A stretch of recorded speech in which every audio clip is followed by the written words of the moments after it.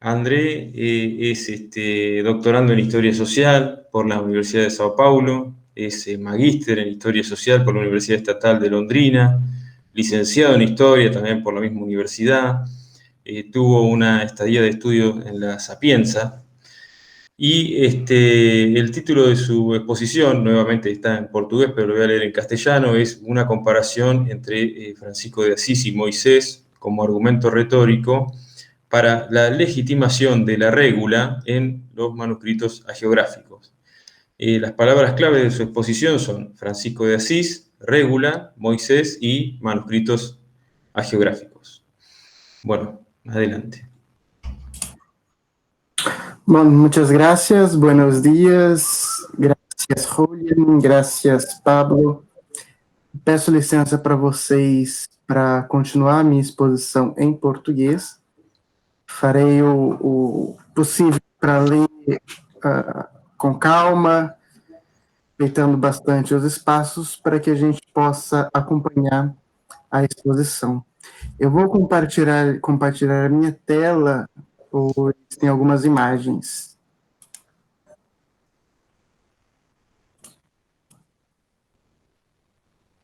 Vocês conseguem ver? Sim, sim. Sim? Tá certo. Obrigado, eu começo a minha exposição. Dentre as particularidades do movimento fundado por Francisco de Assis, a liberdade de seu funcionamento jurídico e regra de vida foi uma das grandes novidades. Segundo Francisco, em seu testamento, assim que o Senhor concedeu de receber irmãos, o próprio Altíssimo revelava o que ele deveria fazer, vivendo assim, segundo a forma do Santo Evangelho. Ao Papa, segundo Francisco, coube apenas confirmar as poucas e simples palavras escritas. Simplificando a cronologia da institucionalização dos menores, em 1209 ou 1210, Francisco e seus companheiros devem ter submetido uma primeira forma de vida, essa sugerida no testamento, e aprovada oralmente por Inocêncio III, quando do pedido de licença para que eles vivessem como ordem. Provavelmente, nesse momento, um simples apanhado de textos evangélicos, sobretudo sobre a missão dos apóstolos, que Francisco acreditava ser o norte mais importante para a vivência do seu grupo. O crescimento acelerado dos franciscanos em toda a cristandade logo criou uma série de problemas de realidades heterogêneas, realidades muito diferentes ao grupo, em que a vivência como grupo comum já não era mais tão simples. Ciente da necessidade de maior uniformização, Francisco propôs, em 1221, uma regra escrita, formal, baseada no Evangelho, mas sem menosprezar a forma jurídica das regras de seu tempo e as vivências de outros grupos religiosos. Esse texto ficou conhecido como regra não bulada porque não submetida à aprovação romana. Porém, logo chegariam as sugestões de Roma, e provavelmente do cardeal protetor Ugolino, sugerindo a Francisco que não só deveria existir uma regra, mas que ela deveria ser submetida à aprovação papal. Uma regra aprovada por Roma seria positiva para ambos os lados. Os franciscanos estreitavam, assim, a sua relação com o papado e com o pontífice, e o Papa, por sua vez, tutelava com maior eficácia esse grupo religioso já tão importante. Em 29 de novembro de 1223, através da bula Solet Annuarii, Honório III aprovou a regra. A morte de Francisco de Assis, em 1226, seguiu-se um intenso embate discursivo e jurídico sobre os preceitos contidos na regra, entre os diferentes grupos que reivindicavam seu estrito ou flexibilizado ou parcial seguimento. Se a disputa se centrava, sobretudo, no campo jurídico e teológico, discutindo as fronteiras dos preceitos em paralelo, acompanhando esse movimento, nós vemos em paralelo desenvolver-se uma importante literatura geográfica sobre a vida de Francisco e a história da ordem, que preenche os episódios em torno da regra de 1223 de analogias e referências topológicas que passaram a fazer parte dessa disputa. Ao longo dessa elaboração político-geográfica, a narrativa passou a colocar Francisco, ao compor a regra, no monte de Fonte Colombo, próximo à cidade de Rieti, em retiro espiritual, e que teria recebido diretamente de Deus a regra. Fonte Colombo era assim apresentada como um novo Sinai, Francisco, um novo Moisés, e Deus, o autor dos mandamentos e o autor da regra. Nessa comunicação, eu quero discutir essa elaboração hagiográfica e a sua releitura na observância franciscana, sobretudo por meio de uma obra intitulada Specchio dell'Ordine Minore, um compêndio geográfico do final do século XV. Julgo importante revisitar criticamente o conjunto de hagiografias que mencionam a regra e como essa analogia foi proposta por elas, mas considerando os limites dessa fala e o nosso tempo, eu vou me deter aqui somente naquelas de maior importância para demonstrar minha hipótese, esperando publicar a pesquisa completa em breve. O uso retórico, tópico, de Moisés como legislador é antiquíssimo nas geografias cristãs e já está presente, por exemplo, na vida de São Bento, comparado com Moisés. Trata-se de uma ação comum, ordinária e, nesse caso mesmo, esperada. Frei Elias, na carta circular que anunciava a morte de Francisco, comparava a ordem que chorava seu fundador ao povo de Israel, que chorava a ausência de Moisés. Passariam, porém, 40 anos até que a analogia fosse melhor explorada com o texto de Boaventura de Bagnoregio. Boaventura, no seio da disputa por legitimidade que viviam os franciscanos diante das acusações de Guilherme de Santamur, oferecia uma tríplice legitimação para a regra e para a ordem em sua narrativa. Em primeiro lugar, ela teria sido aprovada por 2 pontífices, por Inocêncio III e depois escrita, em 1223, por Honório III. Em segundo lugar, ela teria sido baseada, sobretudo, nos evangelhos. E, em terceiro, o ponto que nos interessa mais, ela foi carregada nas hagiografias de sinais sobrenaturais e analogias.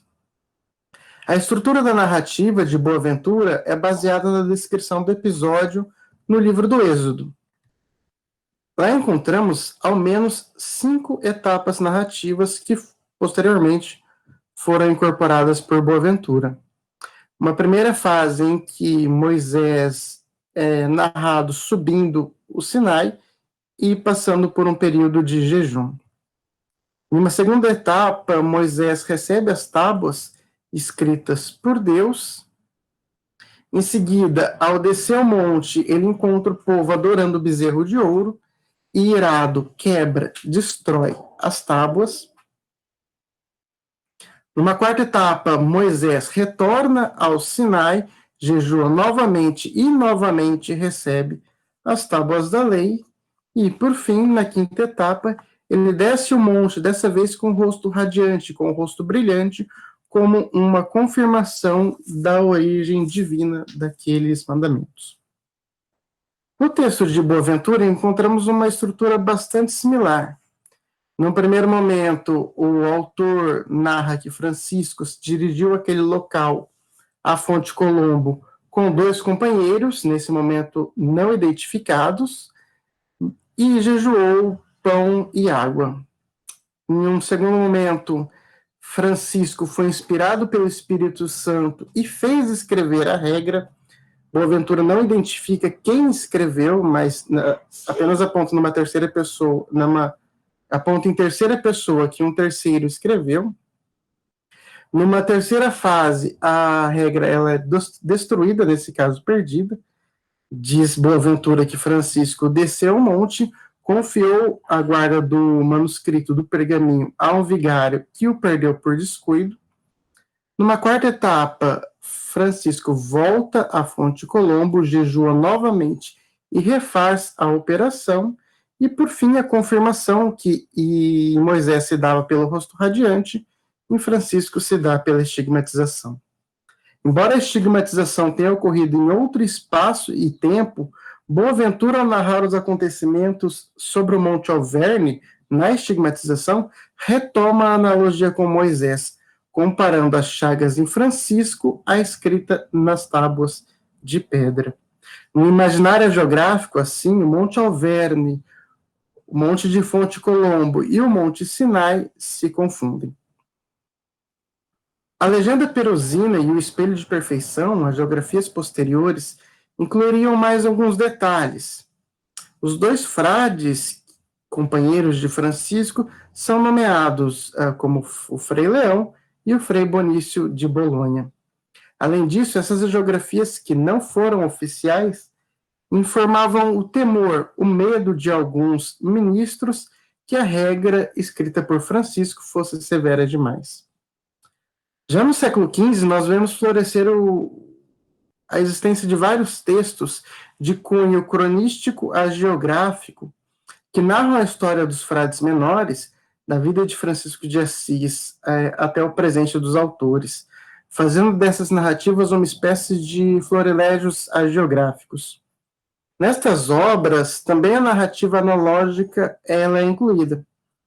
Ângelo Clareno, por exemplo, na primeira metade do século XIV, em sua crônica ou História das Sete Tribulações da Ordem dos Frades Menores, propunha a seguinte estrutura para o episódio.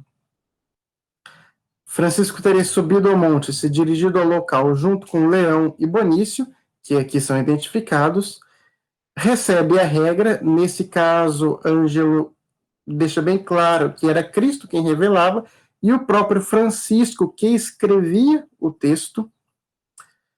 Francisco descendo, após descer ao monte, Frei Elias, vigário geral daquele momento, e outros ministros, temendo essa severidade da regra, desaparecem com ela. Nesse caso, não é mais um vigário distraído, mas o próprio Elias mal intencionado. Numa quarta etapa, a regra é reescrita novamente em cima de Fonte Colombo, e dessa vez Cristo fala em alta voz a todos os frades que deveriam obedecer à regra, e por fim, como as demais narrativas, a estigmatização confirma a sacralidade do texto. Todo o tom da obra de Ângelo Clareno, assim como sua exposição sobre a regra, prevê uma observação radical sobre ela, literal. Para o autor, foram as interpretações dos intelectuais franciscanos e do papado que descaracterizaram a regra desejada por Francisco e a sua ordem. Assim que a ordem direta, expressa de Cristo sobre o estrito seguimento da regra é um importante argumento para a defesa de sua não alteração. Gozando de prestígio e circulação entre os grupos mais ou menos rigorosos, um outro texto, a Crônica dos 24 Ministros Gerais, do final do século XIV, escrita por Arnaldo de Sarram, retoma as mesmas narrativas de Boaventura e Clareno, nesse momento especificando, porém, que eram os dois companheiros quem escreviam o texto. É do mesmo período uma outra obra, o De Conformitate Vitae Beati Francisci, Ad Vitam Domini Jesu, de Bartolomeu de Pisa. A narrativa de Bartolomeu é bastante sintética, rápida, mas lá estão todos os elementos até agora.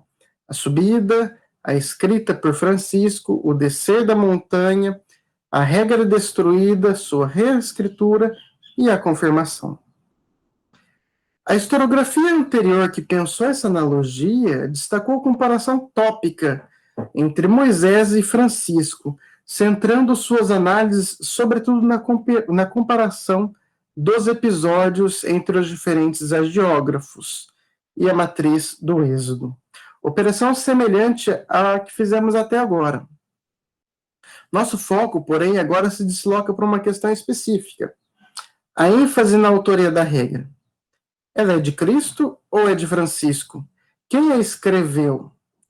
Francisco recebeu, escreveu inspirado ou ditou para que um terceiro escrevesse? Qual é o papel dos dois companheiros? No primeiro texto de Boaventura, Francisco é inspirado pelo Espírito e ordena que alguém que não é identificado escreva. No texto de Ângelo Clareno, embora Leão e Bonício sejam nomeados, o autor é explícito ao dizer que Francisco, inspirado, escrevia ele próprio no pergaminho. No compêndio sobre os 24 ministros gerais, Francisco é inspirado, mas os companheiros escrevem. E em Bartolomeu de Pisa, por sua vez, é Francisco novamente quem escreve e os companheiros não assumem nenhum papel ativo na produção do texto. Essa questão menor, entre aspas, para a historiografia que pensou a questão, é para nós muito preciosa se localizarmos essa discussão na cronística e a geografia observante.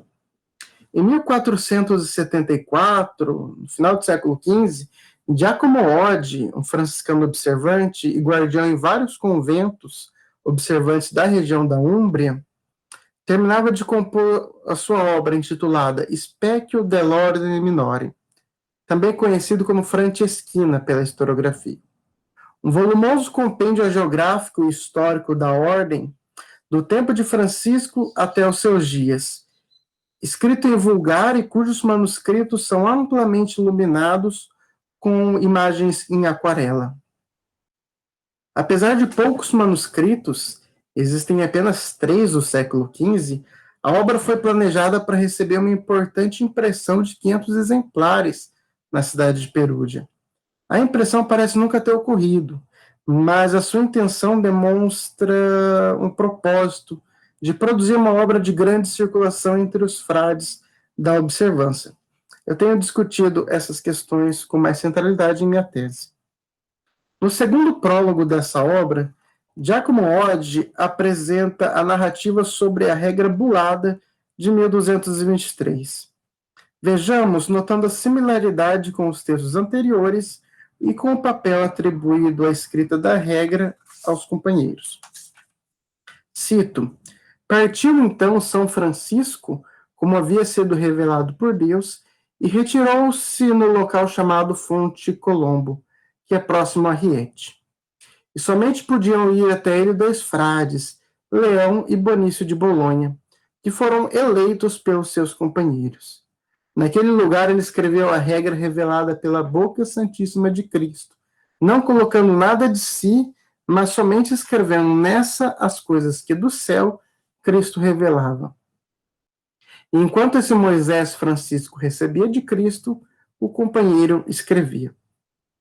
As outras etapas da narrativa baseada no Êxodo e nas demais agiografias franciscanas também se repetem em Giacomo Oddi, embora em trechos diversos.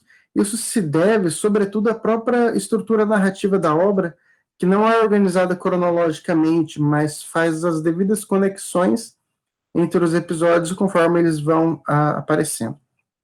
A obra de Oddi ela é baseada, sobretudo, no texto de Bartolomeu de Pisa, de Arnaldo de Sarran e de Clareno, que nós vimos há pouco, e que devem ter sido fonte direta para a composição do texto.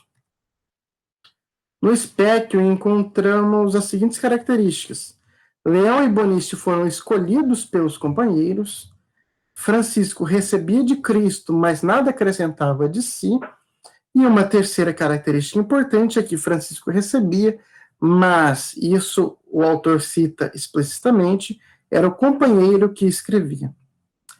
A obediência à regra e a pregação da retidão de conduta eram a bandeira principal de atuação pastoral e formação identitária observante.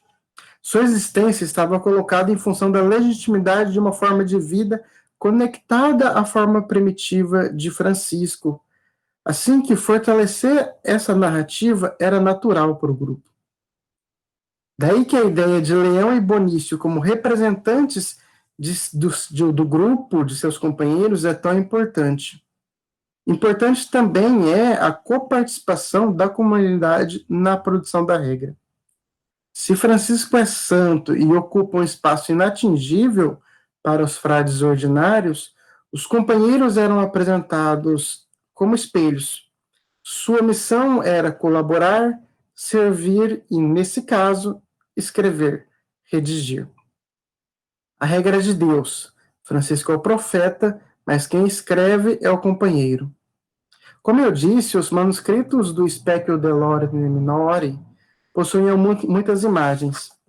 O manuscrito da Biblioteca da Porciúncula possui mais de 150 imagens em aquarela e 600 folhos, e é nele que encontramos essa imagem. Francisco, ajoelhado, de mãos unidas em gesto de oração, olha para Cristo e é por ele olhado, que o abençoa com o gesto típico. Ao lado de Francisco, um companheiro que o olha. O companheiro olha Francisco, Francisco olha Cristo em um jogo de espelhos e ecos. Francisco não toca o pergaminho, quem o faz é o companheiro, que possui função ativa na produção do texto manuscrito. Raros são os manuscritos hagiográficos com imagens franciscanas, mas a cena possui pelo menos outras duas ocorrências anteriores que também são do centro da Península Itálica. Em um manuscrito com a obra vulgarizada de Ângelo Clareno, que pode ser do final do XIV ou das primeiras décadas do século XV, Francisco está sozinho e recebe a visita de uma corte celestial, Cristo e dois anjos, que entregam em suas mãos a regra pronta. Francisco ele está em uma posição passiva, ele recebe, não é autor e não há coprodutores.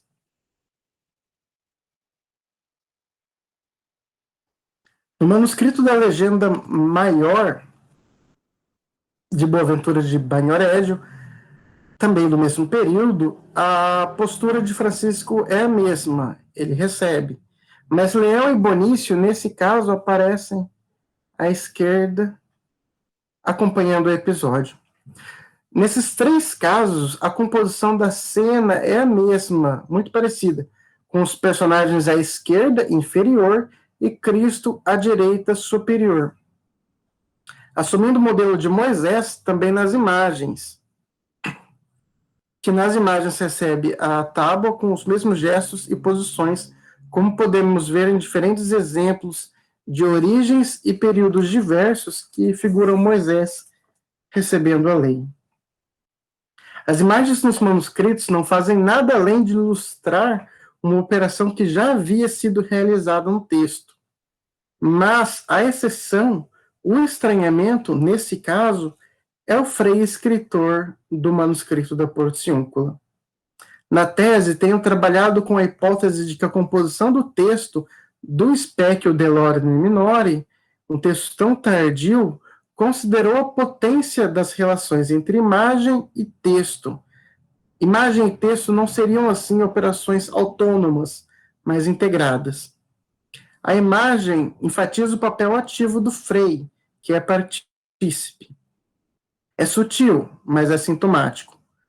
Para Clareno, por exemplo, era essencial esvaziar a participação humana dos frades na composição da regra.